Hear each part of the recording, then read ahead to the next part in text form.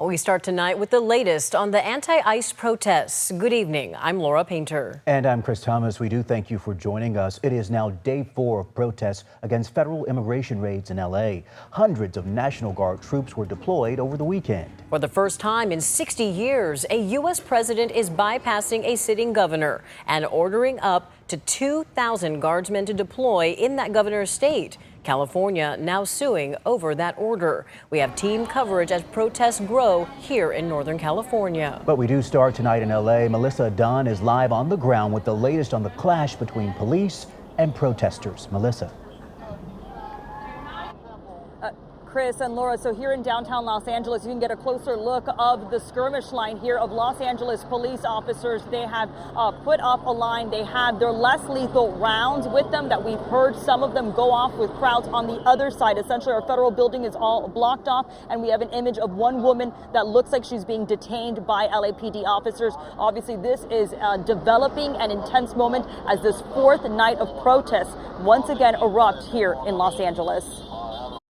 A fourth day of anti-ICE protest in Los Angeles, tensions flaring over the weekend after President Trump deployed National Guard troops, bypassing California Governor Gavin Newsom, the first time a president has done so in 60 years. The president today not backing down. Thank goodness we sent out some wonderful National Guard. They've really helped, and a lot of problems that we're having out there. The demonstrations kickstarting after immigration authorities conducted a series of sweeps, arresting more than 100 people on Friday. This young woman's father was taken into custody. At a rally today, she called for his release and those who took him to face consequences. And we demand that they are freed and released to their families inside the United States. LA's police chief says most of the protests in the city have been peaceful, but it's concerned of the scattered violence, calling it disgusting. Tonight we had individuals out there shooting commercial-grade fireworks at our officers. That can kill you. Law enforcement seen on horseback as firework explodes in front of them.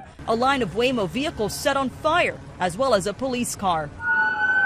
The LAPD says some officers were injured, dozens of demonstrators arrested, officers in riot gear using tear gas and flashbangs to disperse protesters. LA's mayor calling for peaceful protest. I call on all Angelenos to continue expressing your right, your anger, your outrage, but to do it peacefully. On Sunday, protesters shutting down the 101 freeway for some time.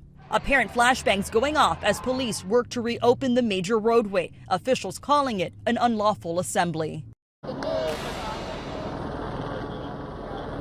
And so right now we just saw a Los Angeles police officer let go of this woman. The protester says that they had told her it was an unlawful assembly. They did let her go. So at this point, it is still kind of that holdout that we're seeing between police and protesters. And this is a situation that we're monitoring. We had also been looking and hearing that LA police and the mayor was considering a curfew. So we're awaiting for details if that will be put into place. Just, of course, depending on if tensions continue to escalate. Reporting live in Los Angeles, I'm Melissa Dunn, ABC 10. Yeah, clearly still a very active scene. We'll be watching closely throughout the night. Melissa, thank you for that update. Okay, so we've shown you live conditions down in Southern California. Our team coverage continues now here in Northern California. And that's right. ABC 10's Roxana Elias is live outside the state capitol where protesters are making their voices heard today. Roxanne, what's the feeling out there on the ground? It's been peaceful so far, right? It has, Laura. There's so many emotions that are being felt out here. I've heard sadness, anger, and they just want to see something change. Now, this is the third day that demonstrators have rallied in different areas in Sacramento and surrounding areas. I've followed along with them for the 3 days, and what I'm hearing from them is they're fed up with ICE detaining immigrants, and as that matter of fact, anybody that gets in their way. They're now demanding that ICE stop going to schools, stop going to churches, stop going into the community. A protest with a theme, ICE out of Sacramento, began on Monday at the Cesar Chavez Plaza with people mobilizing in solidarity with Los Angeles, each person bringing with them a strong reason for standing up for immigrants. I'm terrified for our nation. I see lawlessness happening, which is not that uncommon, except this time it's being done by the president and his administration. Patry Lawson says at 74 years old, she loves this country but cannot believe what is happening in America right now. I see people being ripped off the streets by people who don't identify themselves, and I see the president calling in the National Guard against American citizens and threatening to call in the Marines against national citizens. This is why she and hundreds of others are loudly expressing that ICE should be challenged. Whose streets? Our streets! Whose streets? Our streets! After about an hour of the protest starting at the park, the group of hundreds, led by a bus, stepped out on 9th Street in downtown Sacramento. Love, not hate, makes America great. Protesters marching about half a mile to the ICE offices. The sad part about this is that this is history repeating itself. This isn't an isolated event. Few people know about the greater deportations that happened in Los Angeles during the 40s, Operation Wetback it was called then, where it was simply a matter of deporting anybody who looked less than legal.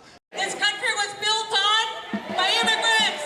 Taisha Sutton says immigrants keep America going, and she questions what the country would do without them. As a mother, she decided to bring her young son to the protest because she says it's crucial to make youth aware of what is happening. ICE, get out! ICE, get out! The youth is the future. Once we're gone, this is who is coming. This is next. And then this is also, it's affecting children. So that's why I let them know it could be some of his, classmates. It could be anyone.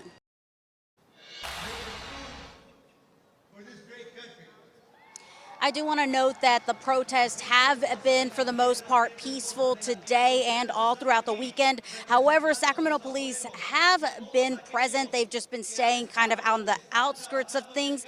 And earlier today, they made sure to keep the crowd safe as they made their way through Sacramento. I'm live at the Capitol. Roxanne Elias, ABC 10.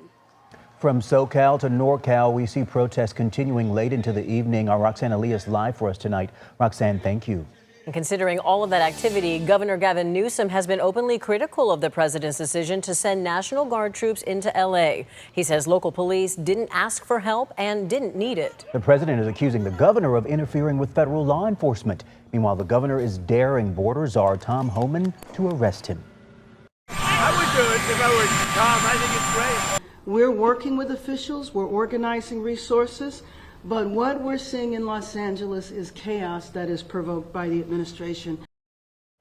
So what could this mean moving forward for the top lawmaker here in the state? ABC 10's Alex Bell was at the Capitol today, hearing from our second in command, Lieutenant Governor Eleni Kounalakis. Alex is here now with her exclusive interview. Alex. Yeah, Lauren, Chris, the lieutenant governor says that the governor hasn't broken the law or done anything wrong. I asked how seriously people should take the statements from President Trump supporting the idea of arresting a sitting governor, and if it actually happens, what that means for Kounalakis, who is second in line. It's just all bizarre. If the president were to order for the governor to be arrested for no reason, I would imagine I would probably be right behind the governor and then my successor behind them. I mean, none of this really makes any sense. There's no legal framework or justification or precedent for any of this. And I will have more from the lieutenant governor. We are also joined by our political analyst, and we'll have live reports from across the state. That is all coming up tonight at 6:30 on To the Point. That sounds good, Alex. Thank you.